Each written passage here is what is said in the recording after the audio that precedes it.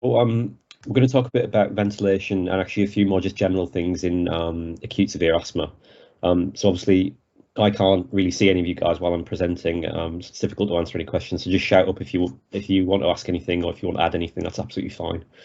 And I apologise for my voice. I've got a cold from my very snotty children.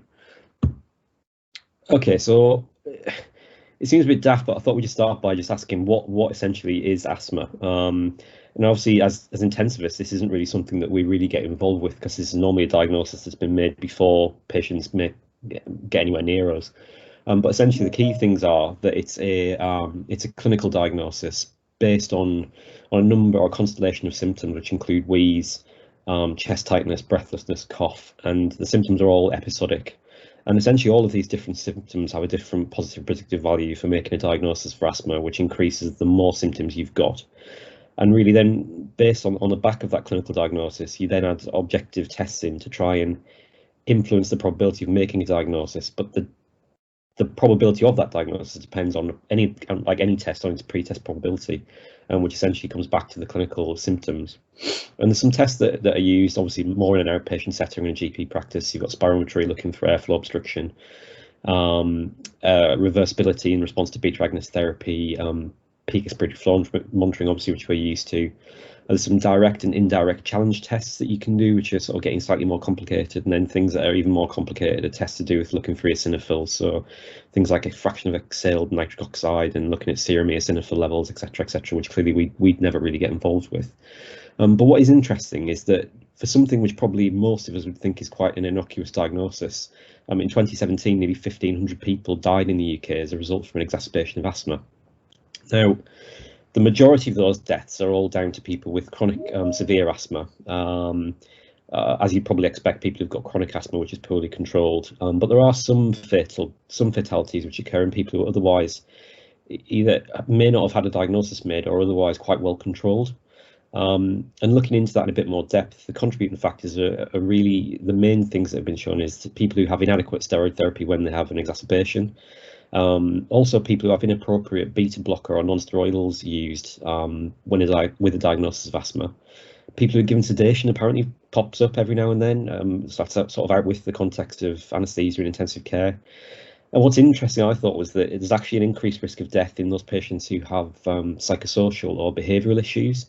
So certainly a lot of the patients that I'm sure most intensive care units see with severe asthma attacks, and certainly the ones that we get from an ECMO point of view, a lot of them have sort of learning difficulties, psychosis, they're on antipsychotic drugs, they've got things with financial issues, problems with employment, etc., alcohol abuse. And it may well be that there's some kind of genotypic thing there, but it's probably the fact that they just don't really attend their follow-up and have proper treatment. But as I say, certainly these are the ones that we seem to see the ECMO service. Okay, so the pathophysiology of it is very, very complex, and clearly I'm not a respiratory physician, but really it boils down to these three things. We've got bronchial hyperreactivity, inflammatory cytokine production, and mucus formation. And really these things have been seen in post-mortem studies with deaths attributed to asthma, so very, very thick bronchial walls due to smooth muscle hypertrophy, and edema and inflammatory infiltrates. And there's a significant increased number of submucosal glands, which probably explains the mucus formation, and lots of prominent intraluminal secretions and mucus plugging. And all of this essentially leads to airway narrowing and occlusion of small airways with this extensive plugging and atelectasis. Now, interestingly, when we see chest x-rays of patients who are alive with asthma, they don't seem to have significant atelectasis because they've got actually quite increased lung volumes and lots of intrinsic PEEP, which we'll come back to later. And it's probably that these features that you see at post-mortem are actually because when you've got a prolonged period of apnea, you actually get airway collapse and reabsorption atelectasis, and that's why it looks so significant. Now, in some cases, mucus is actually absent, and that really leads us to have seemingly two patterns of progression. So the classic ones that we'll mostly see a progressive worsening of symptoms over the preceding days. You've got significant bronchial inflammation and mucus formation, and the classically female patients, and because it's more progressive onset and predominantly there's lots of mucus production, they also respond slow to treatment, and these are about 80 to 90% of cases. And then contrasting that to those who sort of have a more hyperacute presentation with predominant smooth muscle bronchospasm, classically male, very, very severe and rapid in onset, but with very, very little mucus, and they normally get better very quickly with bronchodilators. And actually, when they're well, they can actually have quite normal pulmonary function tests. So we've probably seen this before. This is from the BTS sign guidelines. So it's the management of acute severe asthma in adults. And we've just got to focus on adults today. And essentially the ones that we're interested in or most interested in are the ones that fall into the life-threatening bracket. Although clearly people can move between these categories quite rapidly. So if you've got a patient who can't really complete sentences in one breath and they're not making significant improvements on bronchodilator therapy, then we'd actually be quite worried about those. But the life-threatening ones are the ones where we're going to get involved from an intensive care point of view, and it's all the things that you would expect. So relative hypoxia, a normal CO2, which would indicate that they're tiring, altered conscious level, etc., etc. Okay, the silent chest, very, very important. And then the near-fatal ones are the ones that essentially we've probably already got involved with at that point. Okay, so what are the sort of pathophysiological features of life-threatening asthma then? And really it's due predominantly to these two concepts. So increased air resistance, which makes a lot of sense because it's obviously like bronchospasm, and this concept of dynamic pulmonary hyperinflation, which we're going to talk a little bit more about. And the consequences of these two things lead to all of these features, which in turn cause your ultimate demise. So an increased work of breathing, ventilation perfusion mismatching, and the adverse cardiopulmonary interactions that you get secondary to dynamic hyperinflation, which we'll talk about. Okay, so what is dynamic hyperinflation? So essentially, if we think about it, expiration is a passive process, okay, due to elastic recoil. Now, bronchospasm, along with many other things, causes a resistance to airflow, to expiratory airflow, and this causes a decrease in expiratory airflow. If you've got a decrease in expiratory airflow, then it makes sense that it's going to take a longer time required in order to fully exhale that tidal volume breath. Okay, and if that expiration or exhalation is interrupted before its natural end, so by the time the flow reaches zero, then at the next inspiration, some of that unexpired residual gas will remain in the chest, which hopefully makes sense. And whatever gas is left in the chest will therefore exert a pressure onto the respiratory system. Okay. And as a result, the alveolar pressure at the end of expiration is higher than atmospheric pressure, i.e. higher than zero, and this results in a positive alveolar pressure, which is termed intrinsic PEEP or auto PEEP, which I'm hoping people will have heard of. Now, there's lots and lots of causes for this, and some of them are very, very simple to manage. So the majority of times we're going to see this are actually machine factors, so things to do with patients who are ventilated, who've got some kind of obstruction to airflow. So whether that's something simple like kinked or blocked tubing, water in the expiratory limb, blocked HME filters, things like that. Now, in COVID, we saw this quite a bit. So we had a few referrals to the ECMO service for patients who developed acute bronchospasm, who were prone with COVID, and essentially all that would happen was when they were put in the prone position, they kinked their AT tube. So the referrer feels a bit silly, but we feel quite good because it's quite an easy thing to fix. Other things can be, so it's problems with ventilator settings, or ultimately things, patient factors, so bronchospasm, etc. And the consequences of this dynamic hyperinflation are multiple. So essentially you get quite significant CO2 retention, it hugely increases your work of breathing, and it causes a significant positive intrathoracic pressure, which has got lots and lots of consequences. Okay, so thinking a bit about the increased work of breathing, I hope this sort of presents okay. So these two pictures, essentially, we've got the one on the left, which shows normal diaphragmatic excursions. We've got a very sort of dome-shaped diaphragm, and when this contracts, you get a change in intrathoracic volume, and that ultimately causes a change in, causes a drop in pressure and a change in airflow. If you compare that to one on the right, we've got a very flattened diaphragm. So as you can probably see, you need to use quite a significant amount of effort in order to change this small volume for ultimately not very much change in tidal volume.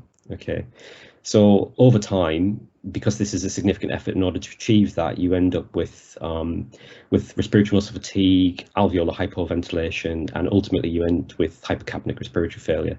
And that's due essentially to two things, really. It's a reduced clearance of CO2 because you've got alveolar hypoventilation, but also because you've got a significant increased work of breathing.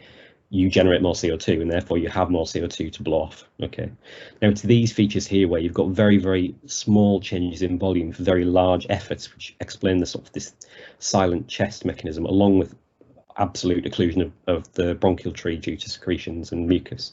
So if you've got very little gas flow, you'll get no noise. Now, VQ mismatch is a ventilated and perfusion mismatch. So obviously the V issue is fairly obvious. You've clearly got a problem with ventilation. There's minimal air movement, particularly at the apices when they're hyperinflated. And also, as we said, due to severe airway closure from mucus and the pathophysiology, which we've already discussed, and the hyperinflation, which we just mentioned. Now, perfusion, this is probably due to auto-PEEP. So in patients who've got significant dynamic hyperinflation, so the really, really severe group of patients, they can have intrinsic PEEP sort of more than sort of 30 centimeters water, and that directly opposes blood flow to the lung, and therefore it obviously causes a mismatch in terms of perfusion.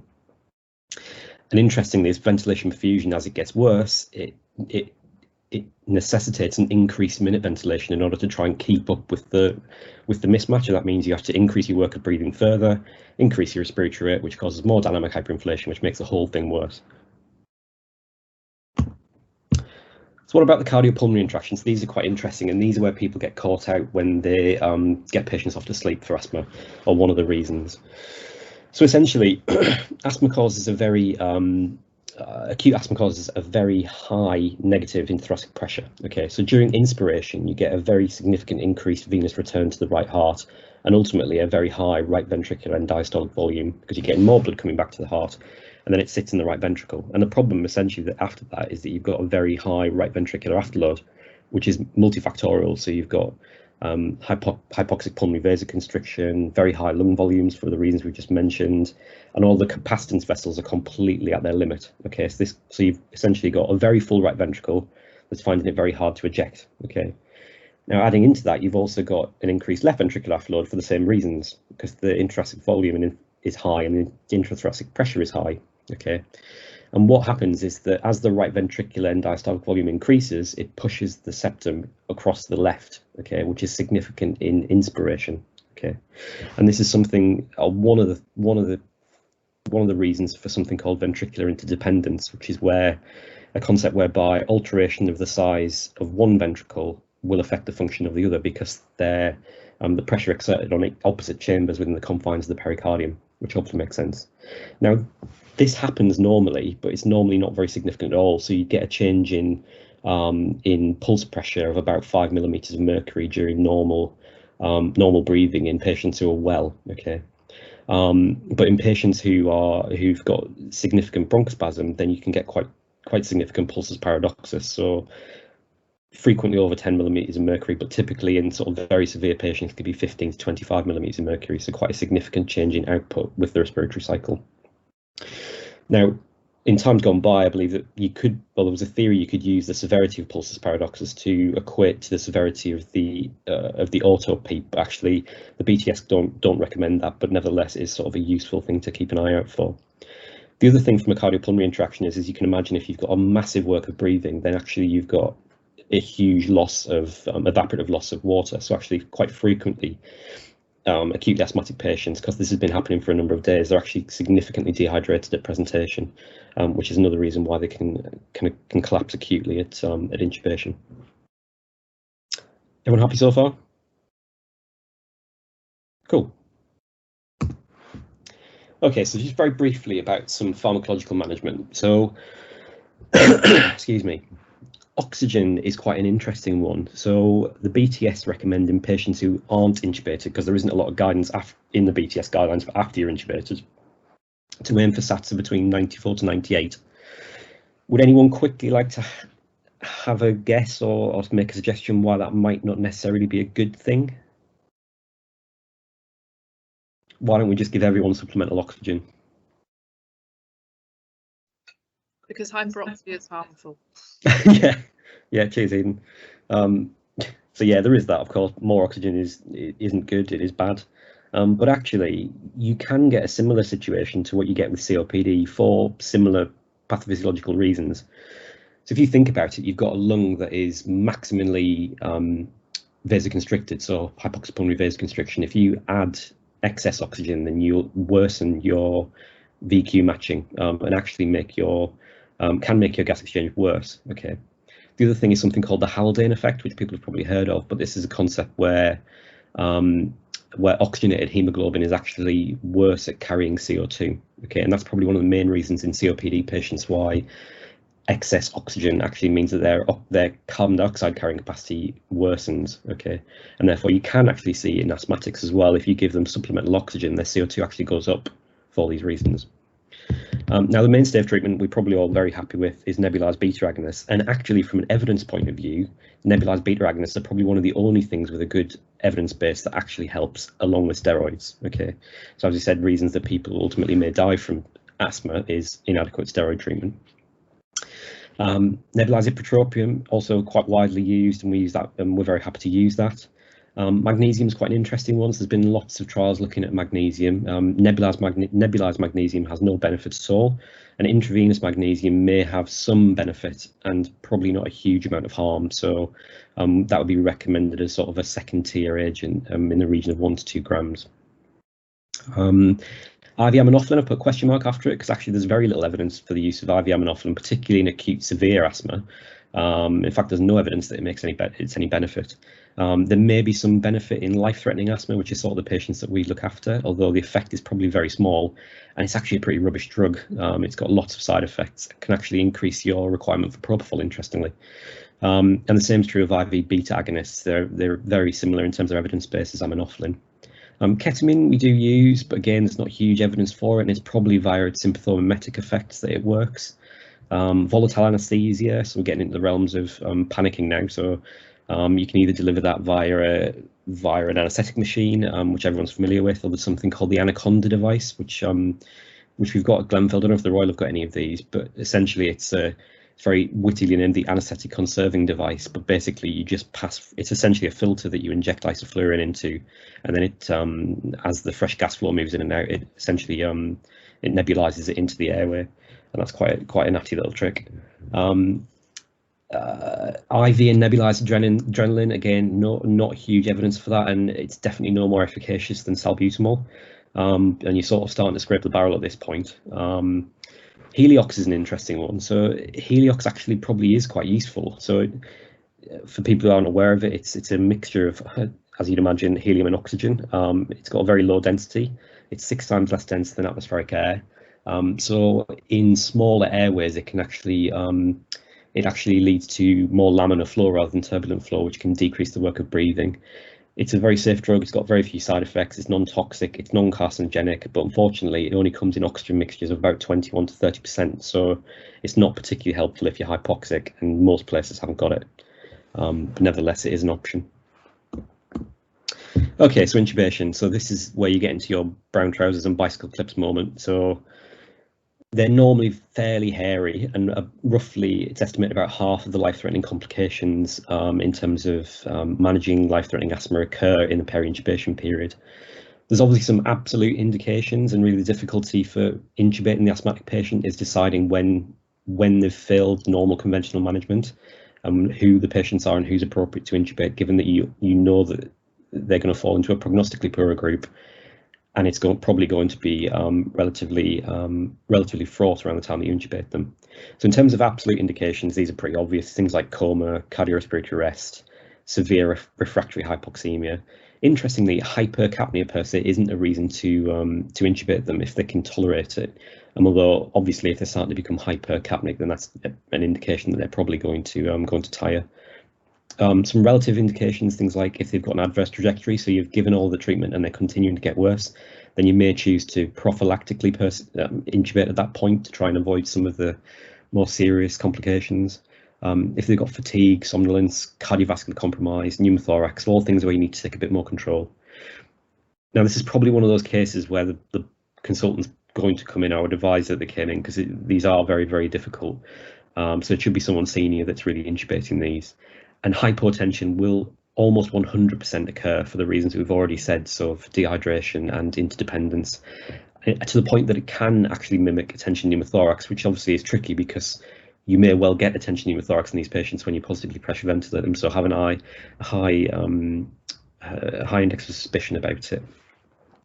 And people may ask, well, what are you going to intubate them with? What drugs are you going to use, etc. And really, the best thing to do is do what you're most comfortable with. Obviously, ketamine is an option, but not many of us will use ketamine in other walks of life, and it's not a drug that works the same as things like propofol. So it's probably better to go for what you're familiar with and titrate it appropriately. Ultimately, you're going to be in a pretty dire situation at this point. You should just use what you're most familiar with.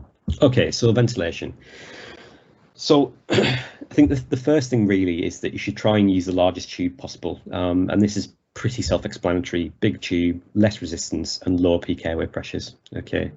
And on the back of things such as pharmacology, I would advise you use very deep sedation initially, and paralysis. So profound respiratory, or profound, well, any acidosis, but profound respiratory acidosis is a really powerful stimulus to breathe. So I remember an ECMO patient that we withdrew on, who was deeply asleep, unconscious, completely unrousable, and we withdrew.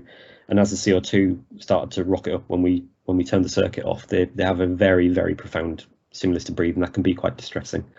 So it's twofold really. Deep sedation and neuromuscular blockade remove the resistance from patients' respiratory muscles, and it allows you to use a very specific ventilatory strategy. As we mentioned, I'd advise you use a lowish FiO2 to target SpO2 of 92 to 94% for the reasons we spoke about. Okay, so before we go on to this slide, people are going to have their own opinion about how to ventilate a patient with asthma and what mode's best, etc. There isn't really a huge amount of evidence about it. This is just some of my thoughts and how I would tend to approach it, and for the reasons for it. So I would suggest using a volume-controlled mode of ventilation, which is out with my normal practice completely, and I presume mostly everyone else's in terms of using pressure-controlled modes of ventilation, and targeting a lowish tidal volume. So if you use a volume-controlled mode, we know that the peak airway pressure is going to be a little bit higher, but actually that's just pathophysiology, isn't it? Well, they've got bronchospasm, their peak airway pressure is going to be high. It's not normally too much of an issue. Okay, what we're really interested in is keeping the plateau pressure low, and volume-controlled modes of ventilation might be able to do that, for the reasons we'll go into, and therefore reduce the risk of barotrauma. The other thing is that you get less dynamic hyperinflation with a volume-controlled mode, and as we've already mentioned, dynamic hyperinflation is really the crux of it. If you do use a pressure controlled mode, then some of the issues are that it's actually quite difficult to equilibrate a safe target pressure, as we'd use in terms of our safe positive pressure ventilation, and actually reach a target volume. Okay, because we know that the pressure will go up very quickly. We're going to use a very short inspiratory time, and therefore we're not going to get a huge change in volume, which either means you need to set a much higher pressure, which therefore doesn't gain you any benefits of using a pressure control mode, or they're going to have alveolar hypoventilation, and therefore you're not going to actually get any benefit from it. So just for a bit of thought about why using a smaller volume is probably better. So obviously using a smaller volume is probably better, full stop, but as we've already mentioned, expiration is a passive process, and the forces that drive expiration are relatively weak and relatively fixed, so it's all essentially elastic recoil, and doubling your lung volume doesn't double the force with which you can exhale. So as we know, for asthmatics, you've got airflow limitations, so there's a fixed maximum flow rate you can exhale, and therefore a larger volume will take a longer time to empty. Therefore, there's a further risk of dynamic hyperinflation. And the only way around that, if you want to increase the volumes, is to decrease the respiratory rate further. And if you decrease the respiratory rate further, essentially your overall minute volume is exactly the same, because you've not really gained a huge amount from it. The only thing you do put yourself at risk of is increasing the risk of pneumothorax. So smaller volumes, particularly in this setting, are probably better. PEEP. So PEEP's probably a little bit of a contentious issue. So the first thing I suppose is that classical teaching would be to use zero PEEP, and there's absolutely no problem with that. These patients have already got loads of intrinsic PEEP.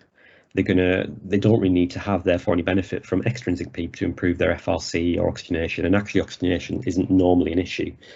And if you think about it, the expiratory flow that we've mentioned, which is really important, is determined by a gradient between intrathoracic PEEP and the extrathoracic PEEP, so the ventilator PEEP.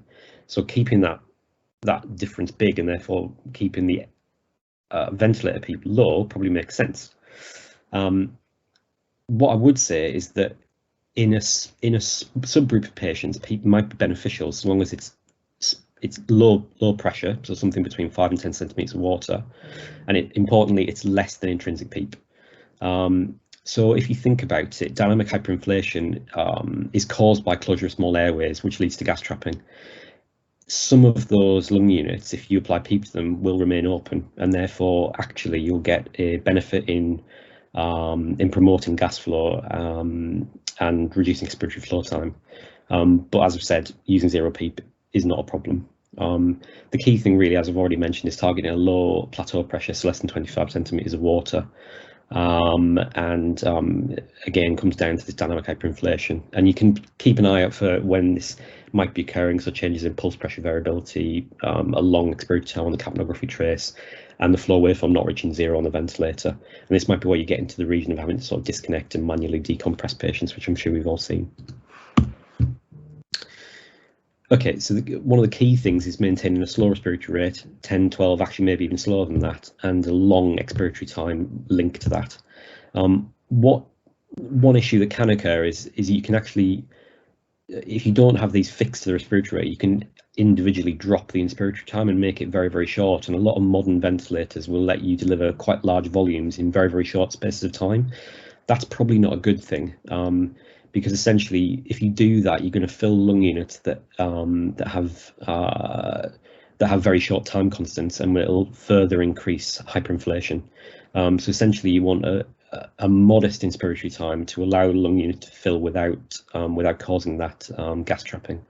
And obviously, longer expiratory times promote emptying of lung units with longer time constants, and therefore you'll get improved CO2 clearance. And really, when you then start to think about weaning patients, we should try and target a spontaneous mode and try and titrate their PEEP to reduce their work of breathing and get them nice and synced with the ventilator. That's the real benefit. Okay, so some controversies. So NIV. So it's not something that's done very often, and there's a number of reasons for that. The trials that have looked at it have all been very small, all less than 30 patients, and it's never shown any clear mortality benefit. And there is sort of a significant risk of using things like NIV in a ward-based environment, because essentially it's going to delay your access to intubation potentially. For reasons we've mentioned already, using some extrinsic PEEP might improve work of breathing and help overcome this auto PEEP in patients who aren't ventilated. And by adding a positive pressure in an inspiration, you might improve tidal volumes and therefore clear CO2 and again decrease work of breathing. Excuse me, but as we've said, it will delay intubation potentially, so it should probably only be done in the intensive care environment. There is a risk of pneumothorax, and if secretions are a problem, you're not going to be able to clear them particularly well, given that you've got a mask on your face.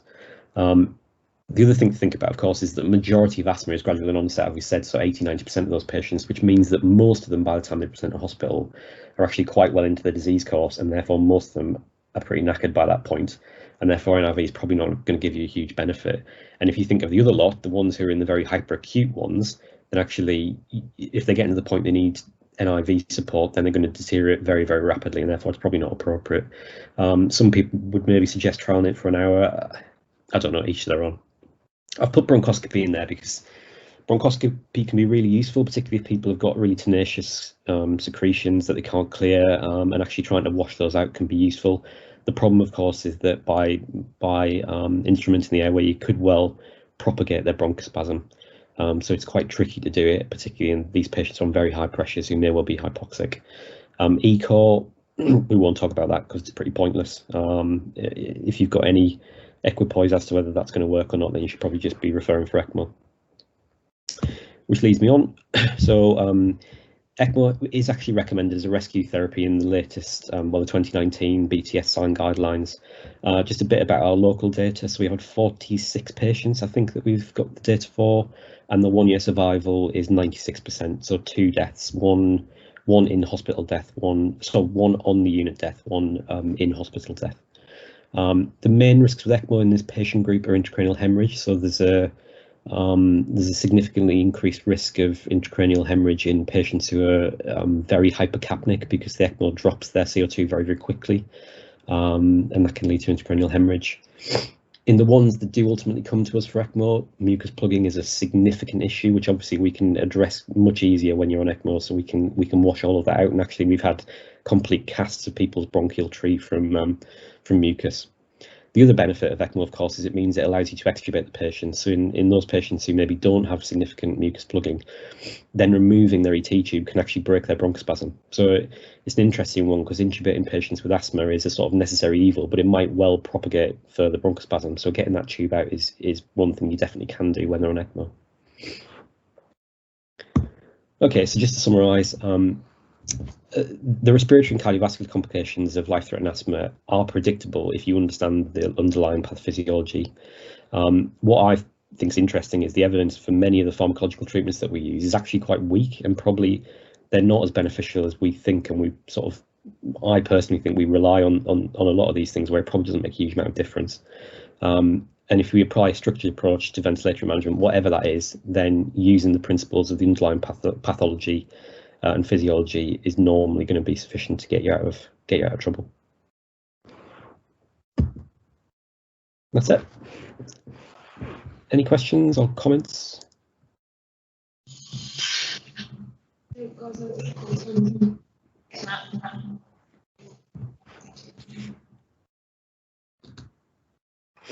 Just explain ECO for us. ECO? There's no point. It's extracorporeal CO2 removal. So it's a bit like, there's different systems and they all work slightly differently. But essentially it's a bit like a big fast cath, which has a flow rate a bit like an ECMO circuit, but it doesn't have an oxygenator. So you apply a gas that essentially sets up a diffusion gradient to blow off some CO2, and you can normally get a couple of kilopascals or at the most, or something along those lines. So it doesn't really work. You've got a lot of the risks that you get with ECMO. In fact, when we did the REST trial, which was a huge success, then yeah, it went really well. you have to give more heparin to put someone on ECO than sorry, Simon. You actually give more heparin to put them on ECO than you do to put people on ECMO, and that's probably because the flow rates are a lot less and the cannulas are smaller. So actually you get a lot more, there's probably a higher risk of bleeding for not really a huge benefit. Well, judging by the chat, nobody thinks it works. Yeah, good.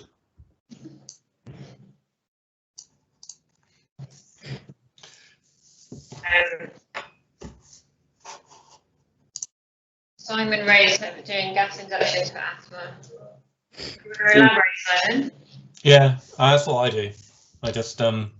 I normally breathe patients down because it slowly breaks their bronchospasm, and it means you're not generally putting the tube down, not putting high pressure into their lungs. It's been quite useful as well when no one diagnosed a guy with bilateral pneumothoraces, so breathing him down meant that we could get the tube in without using lots of pressure. You had to use a bit, and then you got the X-ray and saw these massive pneumothoraces, which potentially so in a way also saved my ass when I misdiagnosed him. Well, he had asthma as well. But. Yeah, that's a good. That's a really good point. A good technique, though. People tend to go on about aspiration, but I kind of take the view that aspiration is the least of their worries. You can deal with that later. Yeah. Probably don't. That's relatively low risk anyway. Yeah.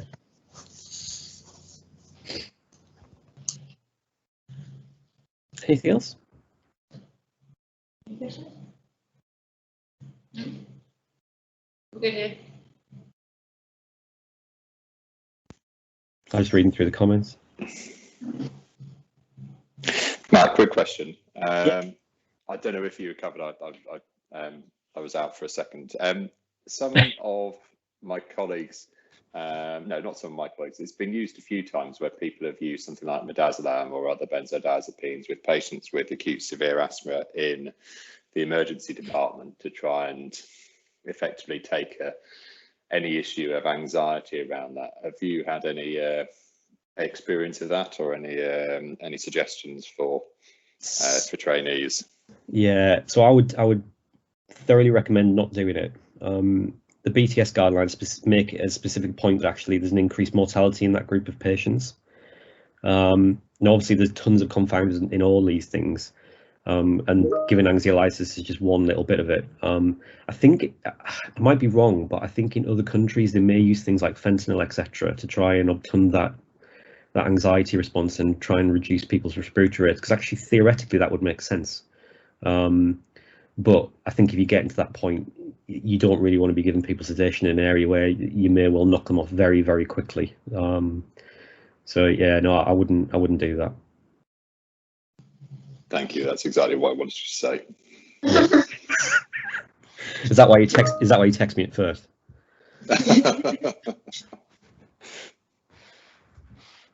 Hi Matt, I've got a question if I may. Yeah. Thank you for the presentation. I just wanted to ask from a practical point of view, when we get called down to ED with a patient with life-threatening asthma, and we thought that, well, we've tried everything, so therefore an intubation and ventilation might be the next step. Once we've done that, obviously we can't keep them on ED, and the transfer can potentially be hazardous. With the resources that we have, like an oxylog and the ventilator, the basic ventilators and the things that we've got, what other additional tools that we can do to enable the transfer to be safe back to the intensive care unit?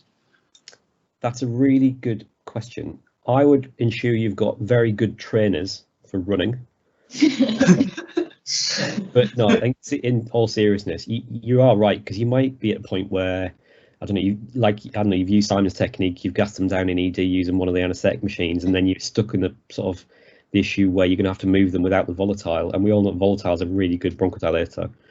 I think you've just got to try and weigh up the balance of risk, and essentially your risk of staying in ED is probably significantly higher than moving them in over what's a relatively short distance to get them to the unit or to theatre potentially, if you want to leave them on volatile, if you haven't got an anaconda device, for instance, or something on those lines.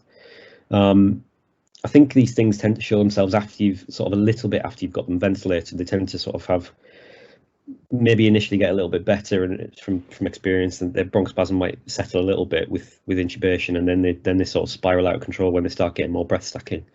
So I would probably just hot foot it back to the unit. I don't think there's not a right answer there. I don't think it's a really good point, but I'd just try and get them as stable as you can and then leg it.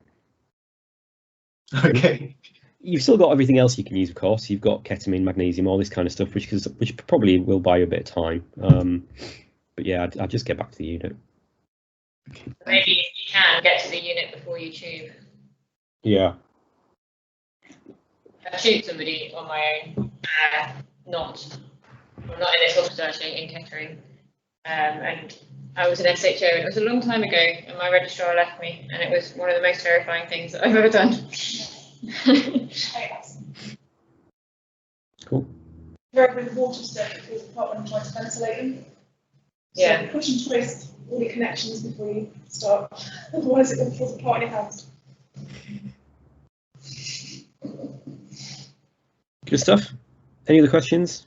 Yeah. No, move on, I think. Cool. We're having a little ventilation week this week. We're talking about ventilation and asthma, and we're just going to now talk about, I guess, essentially driving pressure. And there's two papers, one of which, the novel paper, is just actually ahead of release, which is why it got sent out in a slightly odd looking format.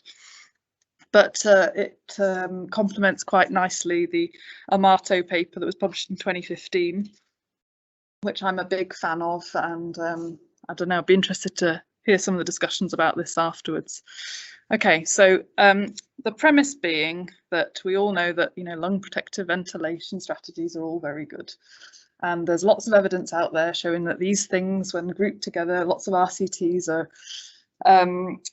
improve mortality in the management of ARDS in particular. But actually, if you look at the RCTs that just look at individual items within this, the RCTs actually show quite conflicting evidence. So, for example, if you look at PEEP strategies that just look at PEEP strategies and don't use that as part of amalgamation of the other aspects of lung protective ventilation, the studies are conflicting.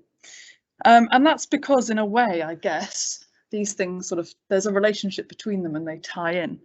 So, for example, if you say, you know, you can do a high versus low PEEP strategy, but you say, I don't give a toss what my plateau pressure is, then you're not delivering part of this full package of lung collective ventilation. So if I double my PEEP and I put my plateau pressures through the roof, then those studies did not show the same benefit that those ones that used it as a package of care with lower tidal volumes and safe plateau pressures. Now you can already see that because these things are interlinked, you can already see where driving pressure might come into this. So by lowering your tidal volume, you'd argue, well, of course, then therefore you're going to probably lower your driving pressure by lowering your plateau pressure by the same mechanism. So if we just pick up on the idea of tidal volume for a moment, we're all very good at thinking about safe tidal volumes, and in particular, and we know that that's predominantly height dependent. So if you're short, you haven't got the same size lungs as if you're really tall, and therefore we base that on predictive body weight rather than actual body weight. And that's great. But if we just go a little bit step further, instead of saying normalizing what tidal volume would be appropriate based on your lung size, if we think about normalizing your tidal volume about your lung that is available. So even though your lungs might be a certain size, if you've got a underlying disease, say a really bad lobar pneumonia, with severe ARDS, that doesn't mean that all of your lung volume is available for ventilation. And so perhaps what we should be looking at is, because we want to avoid over distension of healthy alveoli, and obviously ideally you want to recruit up the ones that are completely collapsed, but in the interim when you're just setting tidal volume, we don't want to over distend those good ones. If you look at these two CTs, you can see that even though they're, you know, the lung volume potentially is about the same size, the functional lung volume, the lung volume available, is not the same. So the premise of this study was to look at whether actually what's more important is looking at respiratory system compliance as a marker or a surrogate marker of lung that is available for ventilation. And so respiratory system compliance is the same as saying, you know, tidal volume for delta P, and delta P is essentially what driving pressure is. So I wanted to look at all of these studies and try to work out whether driving pressure is perhaps the most important thing and the linking thing that draws all of these different aspects of lung protective ventilation together. And they selected as their primary outcome, which is a nice patient-oriented endpoint that matters, of 60-day survival in hospital. If you were discharged before day 16, you're discharged home, the thought was that you probably survived 60 days. So that was their sort of caveat. Because remember, they're using studies that are already been completed and been done. It's not a prospective study. So they then thought about what are the independent variables, what are going to be the confounding factors here, and how can we account for these? So obviously the things that we're going to be looking at are things like tidal volume and PEEP and plateau pressure. They're the things that we're going to be investigating. So they're important variables. Then other things like to do with how sick you are, so Apache and SAPS, your arterial pH, your PF ratio, FiO2, and they found actually that age was particularly important. It's already accounted for somewhat in Apache, but perhaps more so important than that. They excluded any patients that had spontaneous respiratory effort, because that muddies the water quite a lot, and they just defined that as a rest rate higher than the set rest rate. So they designed this in sort of 3 phases. So they've got a large database of lots of studies available to them. So they said, what we're going to do is use 4 really early studies to sort of like test our hypothesis, see what the relationships are between things, and understanding the degree of confounding of these other variables. Then what we're going to do is we're going to apply our model to a few volume studies, volume like high versus low tidal volume studies, and then use that to like further refine our model, and then finally look at it at the high versus low PEEP model studies, of which there's another 4, and then pool all of this together and then use their final model to try and see whether in fact driving pressure is an important premise for which to base ventilation on. So as you can see, there's the 3 models here divided up, and they've looked at the different influences of different variable factors. So the first model was pulling together lots of different variables to see their predictive value. And so remember that model 2 was based on the volume control trials, so high versus low tidal volume. And you can already see there, if you look at the p-values, that actually driving pressure was far more predictive than tidal volume per se in the volume control models. And then model 3 was looking at the high versus low PEEP trials, the four high versus low PEEP trials. And yet again, there you can see that driving pressure again was a much more robust marker of 60-day survival compared to PEEP. This is a very famous picture that I'm sure you have all seen, you might not have seen for a while. But if you take on the assumption, for example, that I'm a strong believer that high PEEP is better than low PEEP, you can see here that if you look at the middle column, that increasing PEEP, if it did not change your driving pressure at all, had no, and then the graph below in the centre and bottom is mortality. You can see that increasing your PEEP alone, if it did not influence your driving pressure, had absolutely no effect on outcome. But if increasing PEEP, if you look at the right column now, led to a reduction in your driving pressure, you can see that that then corresponded with a reduction in mortality.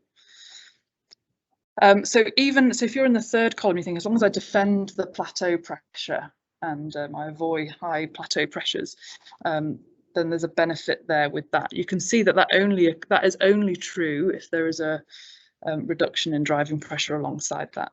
And if you look at the 1st column, sorry, the far left, you'll see that reducing plateau pressure would only confer a benefit if it reduced PEEP. I think I've said the same thing in about 3 different ways, but I think the pictures speak for themselves, that essentially doesn't matter what you do with PEEP or plateau pressures, if it doesn't have impact on your driving pressure, there's necessary benefit seen alongside that. Now, this is where the magic number of 15 comes from, and it's the relative risk of death from having a driving pressure above or below it. And you can see that this is where the magic number comes from. Now, you could say that driving pressure is obviously inherently related to volume, because if your compliance of your respiratory system is fixed, as it would be in a certain disease process potentially, then delta V over delta P, then of course it's inherently linked to tidal volume. Now, this isn't in the main paper, this is in the supplement that I didn't send round. But you can nicely see here on the left that if you correct your tidal volume for predicted body weight, which is what we often do, there was no change in your risk of death. But if you reduce your tidal volume based on your respiratory system compliance, there was a reduction in death. So there are some problems with this study. It's obviously retrospective, and there's a lot of things that are inherently linked. I won't go into too much about the issues as to it, because it sort of ties in nicely with the next study, which was done in the relation to this. But I'm sure we've all got our own biases as to how we set PEEP and what's the most important thing in ventilation and what you're going to compromise on first when you've got a difficult to ventilate patient. But we'll just now move on, I think, to talk about the next paper before we have any discussion. So this is a recent article which is accepted, not published in an ATS journal. The effects of lowering tidal volumes on mortality in ARDS varies with the respiratory system elastance. So the driving pressure hypothesis holds that the benefit of lowering tidal volume depends on resulting reduction in driving pressure, which is the distending pressure applied to the lung during tidal inflation, which is computed as inspiratory pressure, plateau pressure minus the PEEP, rather than the reduction in tidal volume per se. The mechanical stress and strain leading to ventilatory induced lung injury is determined both by tidal volume and by end expiratory lung volumes, as reflected by high respiratory system elastance, and driving pressure reflects both of these parameters. Now, previous studies have demonstrated that driving pressure is independently associated with mortality. However, this association remains susceptible to residual confounding, since driving pressure is physiologically and mathematically coupled to tidal volume, severity of illness, and elastance. The upper limit of safe driving pressure for driving pressure targeted ventilation strategies has still not been established. Now, the driving pressure hypothesis has important implications for the management of ARDS. Driving pressure is causally responsible for the death from ventilatory induced lung injury. Then patient in whom driving pressure remains elevated when a low protective tidal volume is applied, that is those with high elastance, would benefit from further reduction in tidal volumes. In accordance with this driving pressure hypothesis, the paper they set in a hypothesis that lowering tidal volume would be associated with relatively greater mortality benefit in patient with high elastance and a relatively lower reduction in mortality or possible harm in patients with low elastance. So what essentially they did was they did a secondary analysis of patients from 5 randomized trials where low versus higher tidal volume ventilation strategies in ARDS and acute hypoxic respiratory failure. The posterior probability of an interaction between the randomized tidal volume strategies and respiratory system elastance on 60 days mortality was computed using Bayesian multivariable logistic regression. So what they extracted, the information they extracted from these trials was the trial in which the patient was enrolled, what low versus high tidal volume strategy which arm they were assigned to, what was the mortality at day 60, what was the respiratory system elastance, which was computed as a quotient of driving pressure and tidal volume on study day 1 following randomization, the ratio of partial pressure of oxygen to the fraction of inspired oxygen, and the severity of illness score, SAPS or Apache. Now, the respiratory system elastance was normalized to predicted body weight, as in previous studies, to account for variation in lung volume and elastance associated with height. The actual body weight was used for patients enrolled in trial published before 2000, as height was not available. So that was a bit of a caveat there. So I've put down the names of the studies, so I don't think we need to go into more details into it. So we can compare in this table. We can compare what all these studies were about. So you can look at the ventilation strategies. The intervention had most of them had low tidal volume strategies of 6 ml per kg, 8 to 10, less than 8, and the control arm they had a higher tidal volumes. So a bit about Bayes' theorem. So it was devised by an English theologian and mathematician Thomas Bayes. What it looks at, the Bayesian view of probability is related to degree of confidence or knowledge or belief in an occurrence of an event, reflecting the plausibility of it given incomplete knowledge. The Bayesian probability distributions express our degree of knowledge of the parameter with prior probabilities,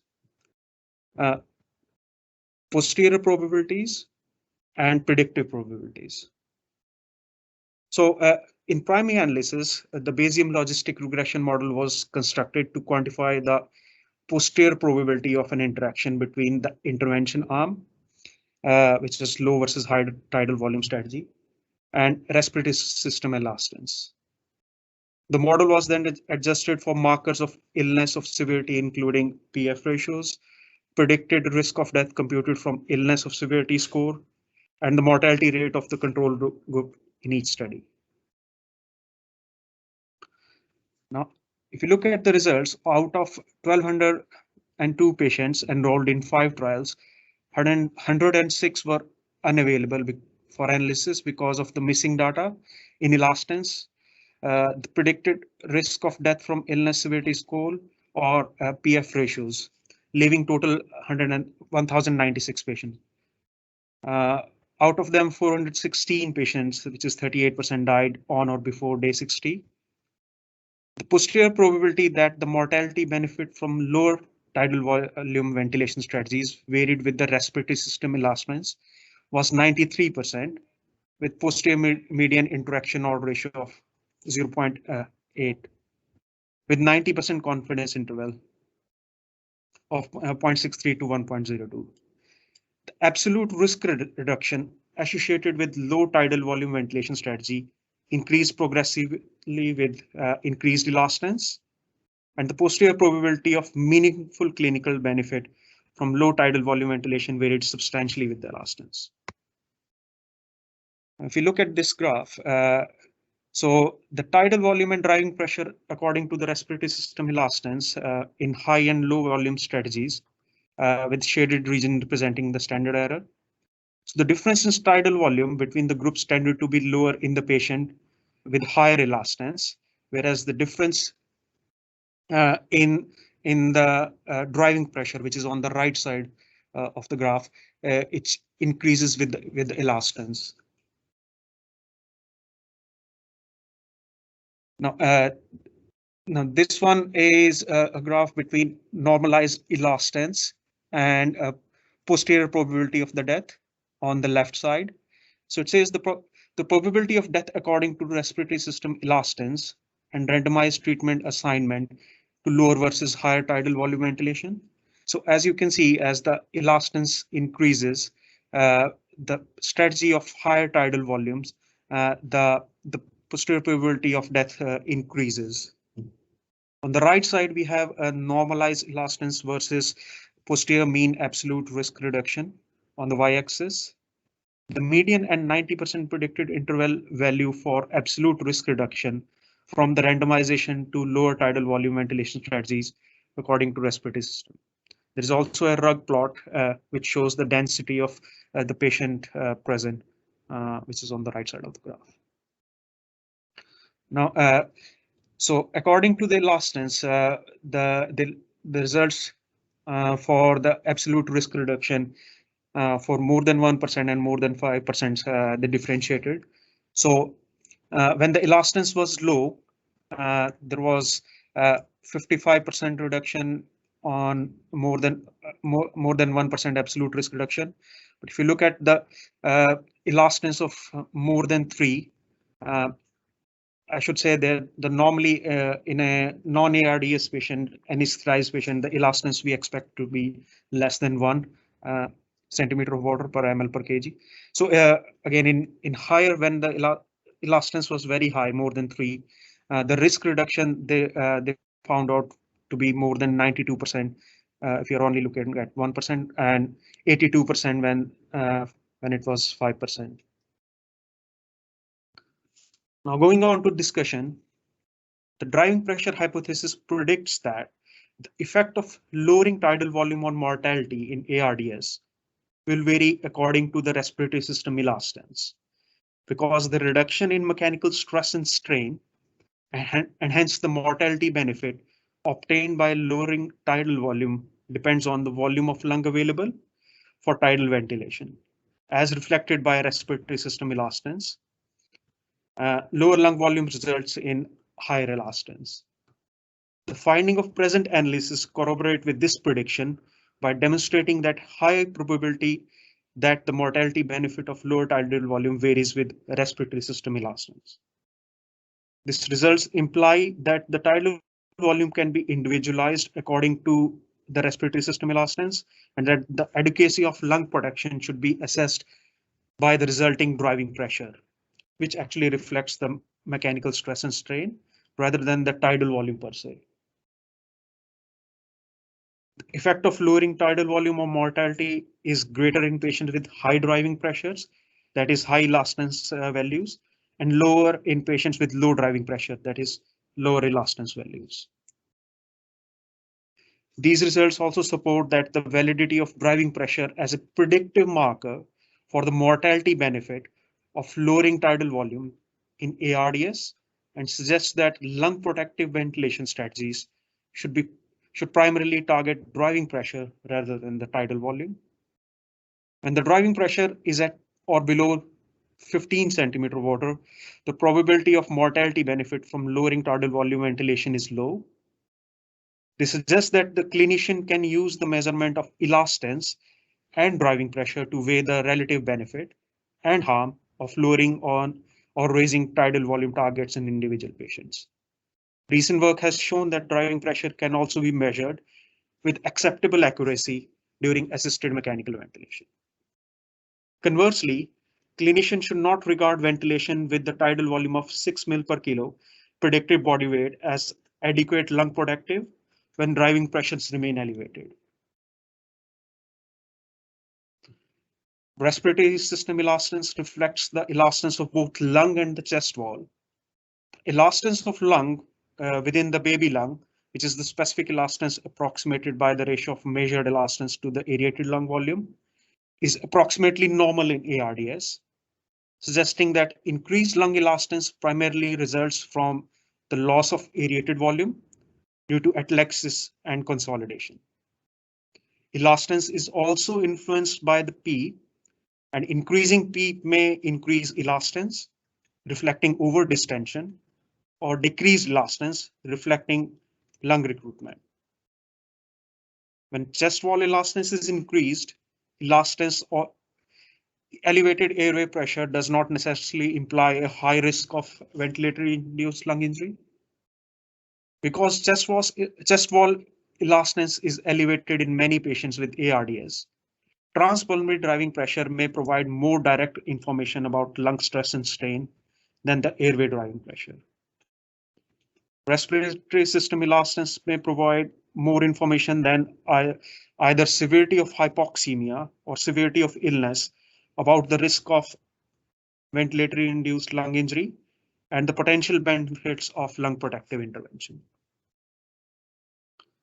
So they concluded that the probability that the mortality benefit associated with lower tidal volume ventilation strategy in patients with ARDS varies according to respiratory system elastance is high, and the patients with higher elastance and hence higher driving pressures are likely to accrue a greater mortality benefit, whereas patients with low elastance and hence low driving pressure are likely to accrue less mortality benefit. Lung protective ventilation strategies should primarily target driving pressure rather than the tidal volumes. Thank you. Any questions? This question probably. Look at The change of practice.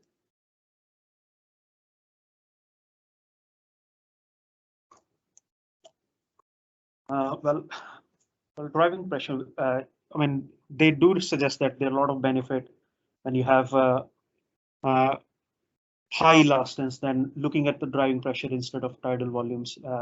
That's the change of practice for me. I will take start looking at driving pressures also when we are ventilating the ARDS patients.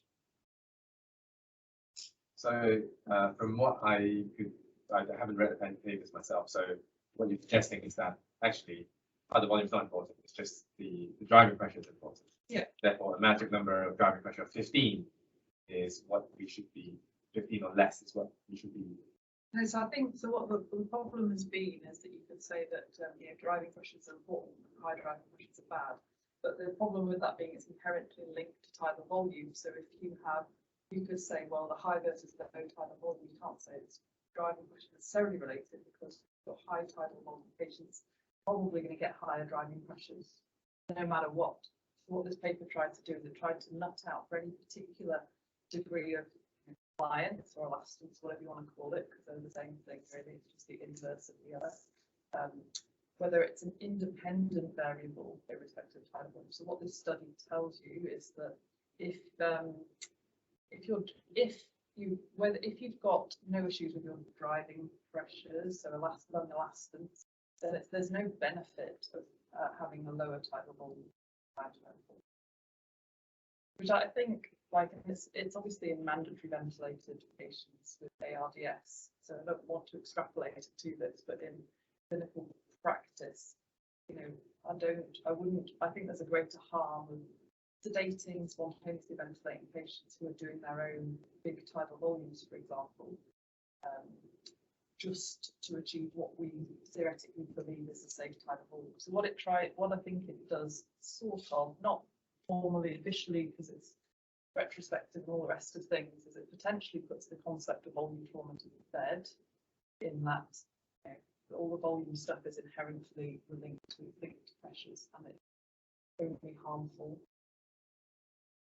Got poorly compliant client lungs or high loss. So maybe for now it just drops it down. I think. You want to stop sharing your screen, guys?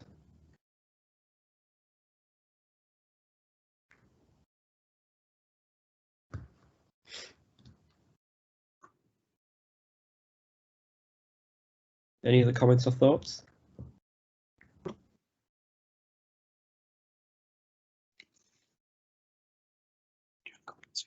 How do I don't know, do people rate driving pressure a lot in their general practice? Is that how important is it to you? Not in asthmatics. I use it. I think it's quite good. I think because volume never made any sense. I think we've spoke about this before, but again, this whole thing of volume and thinking about the patient-induced lung injury and stuff like that. Volume can't be that important. Otherwise, anyone who generates their own huge intrinsic volumes will all end up with ARDS, and they don't. So not all marathon runners who have huge tidal volumes end up ventilated with ARDS on ITU, do they? So it has to be something else. And you're right, volume's just a surrogate of the mechanics of the respiratory system, isn't it? Yeah. How do you set peak, Matt? Can I ask? How do I set peak? So I tend to use the way that Dr. Flint taught me, which is looking at the pressure volume loops and doing it that way initially.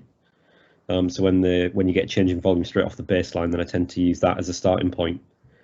And then I do use driving pressure actually. So looking as you increase peak, what the compliance and the tidal volumes are for the same change in pressure.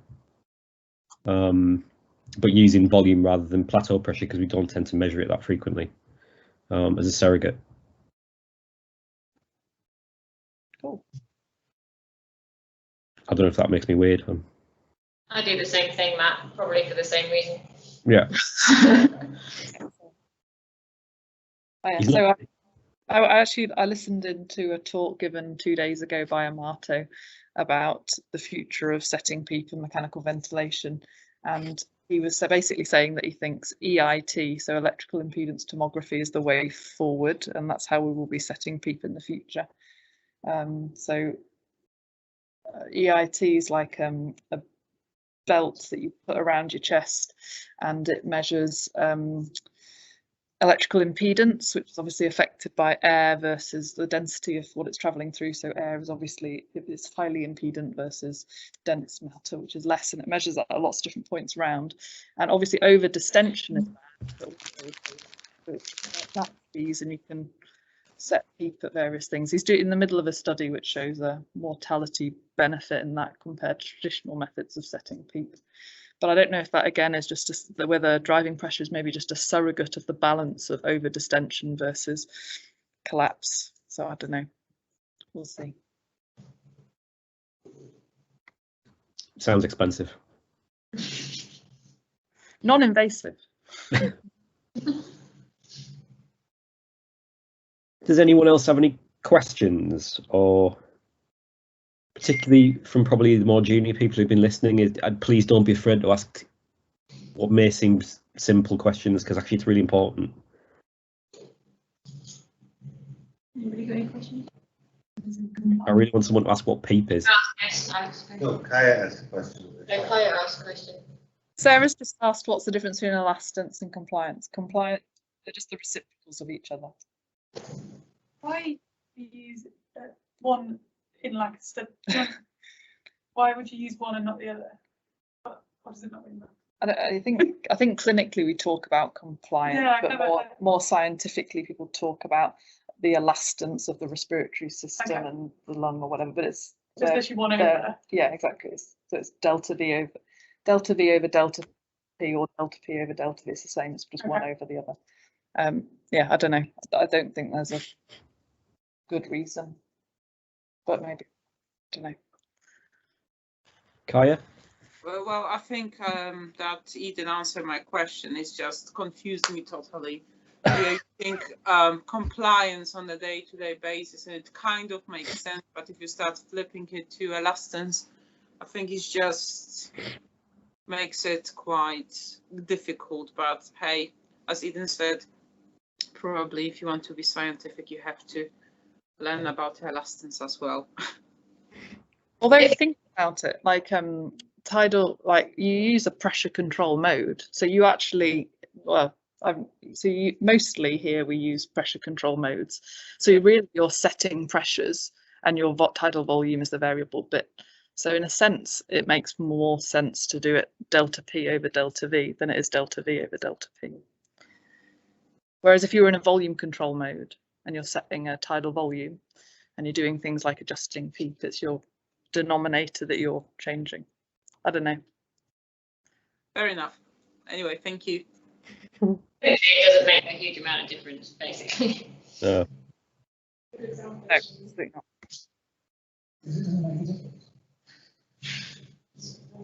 Jenny's just said it's a good exam question, though.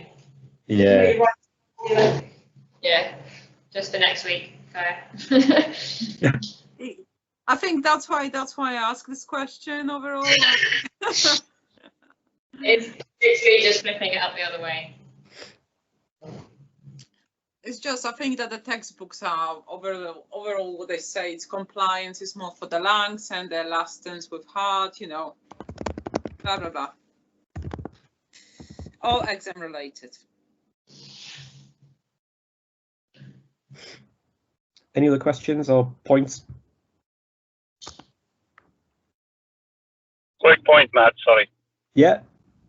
You're talking all about the measurements and the lung compliance and all that stuff, but very important is we don't have the strategy to manage patient with lung injuries, because it's good to do all these measurements, but how are you going to modify your management apart from putting them on ECMO? Because in terms of ventilation, you not going to be able to isolate the good from the bad parts of the lung when you ventilate someone. Well, I definitely don't know the technology that can do that.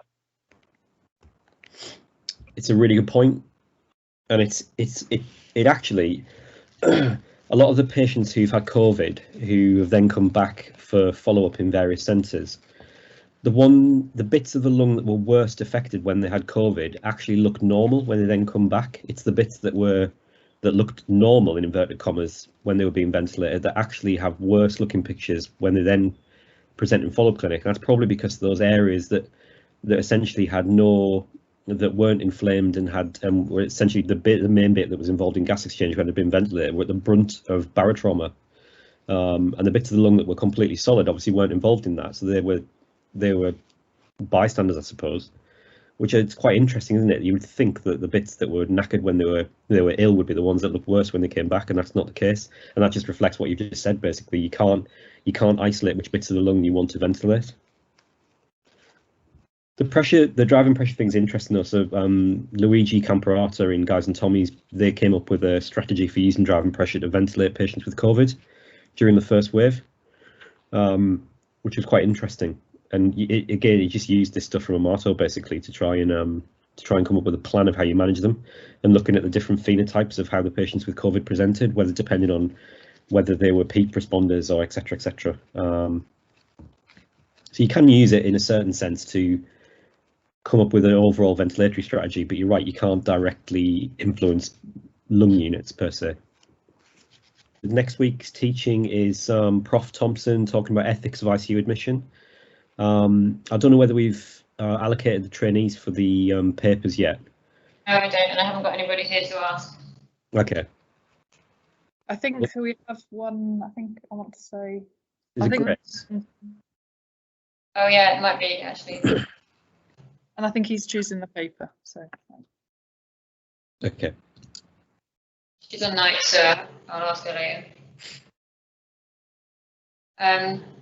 I put the link to the feedback form in the chat, and I'll just share the QR code so that people can do it now. Right button.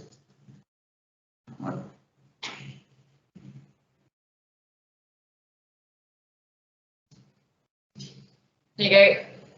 So if anybody wants to take a photo of that and send some feedback, you get a certificate automatically. Otherwise, if nobody's got any other comments, we'll probably leave it there. Thanks, Matt.